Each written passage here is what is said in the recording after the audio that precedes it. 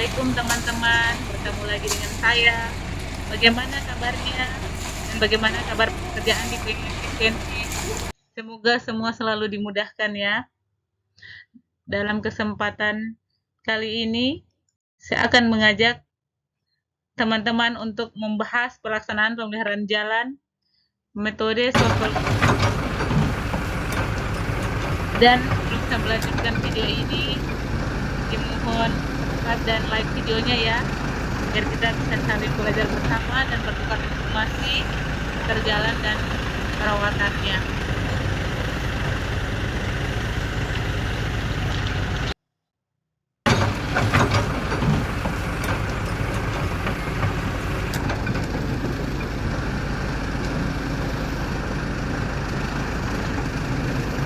Ini adalah salah satu pekerjaan pemeliharaan yang kami lakukan di tengah efisien. Tampak ekskavator sedang melakukan pencampuran ketrok mixer.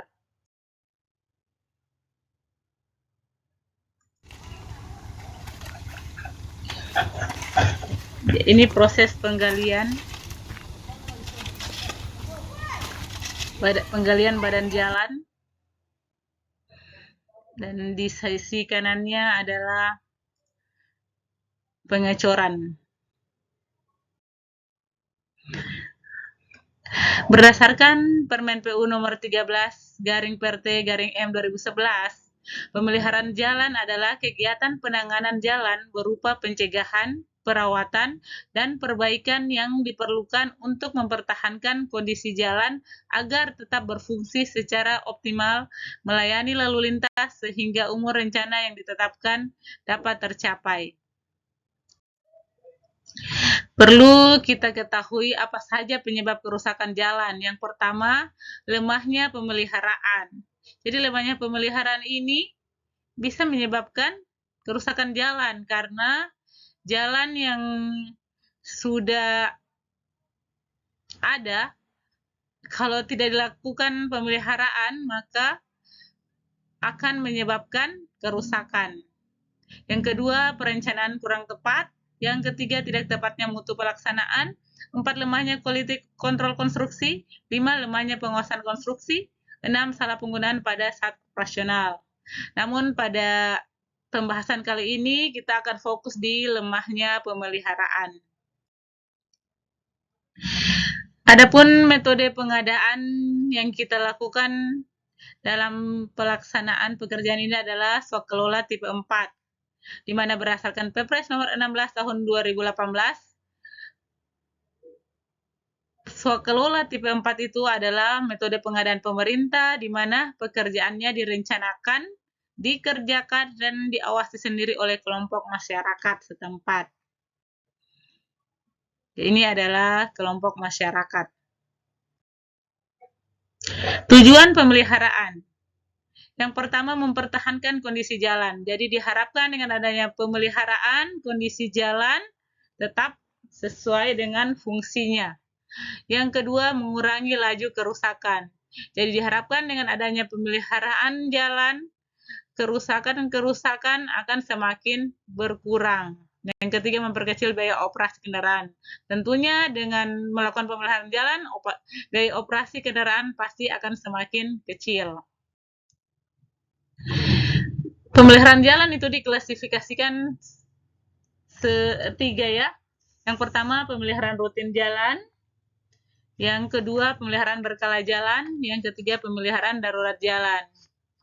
Pemeliharaan rutin jalan itu pemeliharaan yang dilakukan terus-menerus sepanjang tahun untuk merawat komponen jalan dari kerusakan kecil. Contohnya, pembersihan saluran air drainase, pemotongan rumput di tepi jalan, dan penambalan lubang kecil atau patching. Pemeliharaan berkala jalan itu dilakukan secara periodik, misalnya setiap beberapa tahun, untuk mencegah kerusakan yang lebih luas dan mengembalikan fungsi jalan seperti kondisi awal. Misalnya pelapisan ulang aspal atau perbaikan struktur pergerasan jalan. Pemeliharaan darurat jalan, penanganannya seperti perbaikan jalan yang bersifat mendadak dan mendesak akibat kerusakan parah di luar dugaan. Jadi tujuan utama pemeliharaan darurat jalan adalah segera memulihkan fungsi jalan agar dapat dilewati dan mencegah kecelakaan, serta biasanya diakibatkan oleh kondisi alam seperti bencana alam, longsor, dan jalan amblas. Bagian jalan yang dipelihara. Jadi perlu kita ketahui bagian jalan yang dipelihara itu yang pertama struktur jalan. Struktur jalan ini mencakup lapis permukaan dan lapis pondasi jalan, ya. Drainase, ya, drainase adalah saluran di tepi sisi kanan kiri jalan. Kemudian fasilitas pejalan kaki. Fasilitas pejalan kaki ini seperti trotoar atau bahu jalan yang mungkin sudah dipenuhi rerumputan, ya, bisa kita bersihkan, melakukan pemeliharaan dengan melakukan pembersihan. Lereng atau talut jalan. Mungkin ada talut yang rusak, ya, yang bisa kita lakukan pemeliharaan. Perlengkapan jalan. Perlengkapan jalan ini seperti rambu lalu lintas, marka jalan, alat penerangan jalan. Mungkin pada jalan tersebut belum ada atau rusak, bisa kita lakukan pemeliharaan pada perlengkapan jalan. Itu pun di tempat-tempat yang kritis, ya, yang sering terjadi, yang rawan kecelakaan. Kemudian fasilitas pendukung jalan. Fasilitas pendukung jalan ini seperti halte, terminal penumpang, atau rest area. Apa yang terjadi jika jalan tidak dipelihara dengan baik? Tentunya akan berpotensi terjadinya kerusakan jalan seperti pada gambar di bawah ini, ya. Ini kita lihat retak buaya. Ya, dan yang gambar yang di tengah dan yang di samping kanan itu jalan berlubang.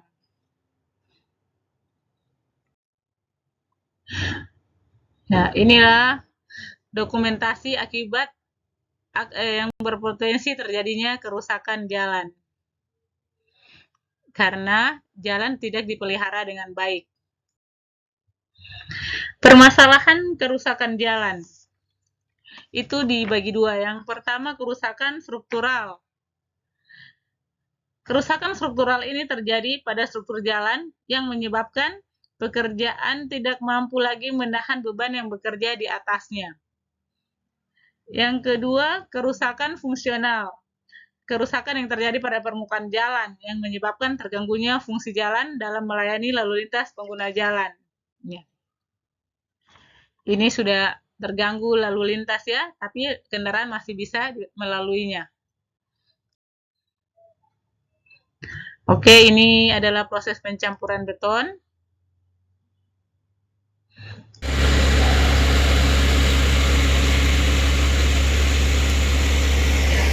Pencampuran beton ini kita lakukan dengan bantuan bahan material ke dalam truk mixer, di mana analisanya sebentar saya jelaskan di slide berikutnya, ya.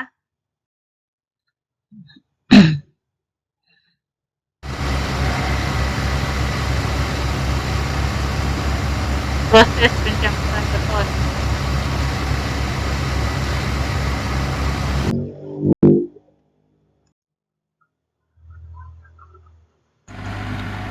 Proses penuangan beton ke jalan yang dipatching.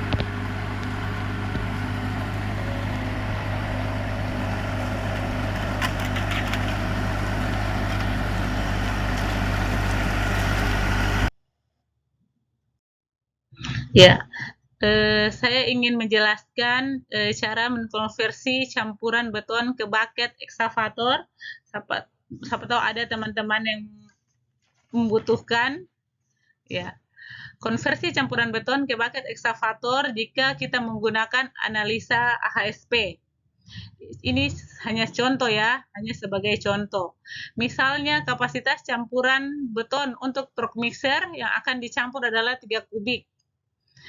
Kita lihat volume bucket ekskavator yang kita pakai itu volumenya berapa kubik. PC 200 0,9 kubik. Jadi dalam setiap 1 kubik beton sesuai analisa, semennya itu berjumlah 405,45 kg atau sama dengan 8 sak. Abu batu 0,09, pasir 0,416, split 0,923, air 162,18. Jadi ini berdasarkan analisa. Tapi sekali lagi ini hanya sebagai contoh ya, jika kita menggunakan analisa. Jadi cara mengkonversinya seperti ini. Semen dalam 1 kubik kita butuh 8 sak. Maka karena kita menggunakan truk mixer untuk campuran 3 kubik, maka 8 sak tersebut kita kali 3 kubik menjadi 24 sak. Jadi dalam 1 truk mixer untuk campuran 3 kubik menggunakan semen 24 sak. Kemudian abu batu. Abu batu 0,09 dikali 3 kubik, 0,27 kubik. Kita mau tahu berapa bucket yang dia pakai, maka kita bagilah dengan 0,9 kubik, maka jumlah abu batu dalam 1 truk mixer itu adalah 0,3 bucket. Kemudian pasir. Pasir 0,416 ini dikali 3 kubik kapasitas truk mixer. Jadi hasilnya 1,248 kubik dibagi volume bucket 0,9 kubik dapatnya 1,38 bucket. Split atau agregat kasar 0,923 dikali 3 kubik hasilnya 2,769 kubik bagi 0,9 kubik dapatnya 3,07 bucket atau bisa kita bulatkan 3 bucket. Air 162,180 kali 3 kubik dapatnya 486,54 liter. Atau kita harus menyesuaikan sesuai SLAM test, tidak keenceran dan tidak kekeringan ya. Jadi usahakan di SLAM dulu campurannya. Ya, ini adalah proses pelaksanaan.